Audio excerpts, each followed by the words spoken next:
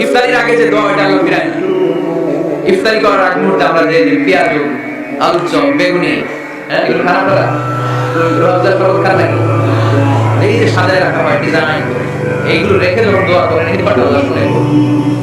আল্লাহ বলে কি রে ফেরেশতারা করে নাকি এত খাবার কেন?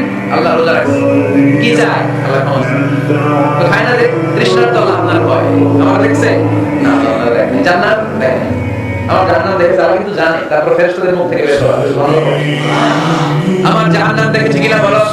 ফেরেশতারা বলে না জাহান্নাম দেখে নাই।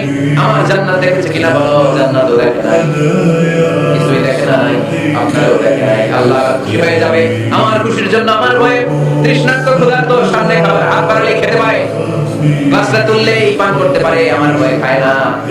আমার ক্ষমা চায়, আমার কাছে ক্ষমা প্রার্থনা করে, এখন আমার বান্দা যা দোয়া করবে বান্দার সব দোয়া কবুল করে নেব।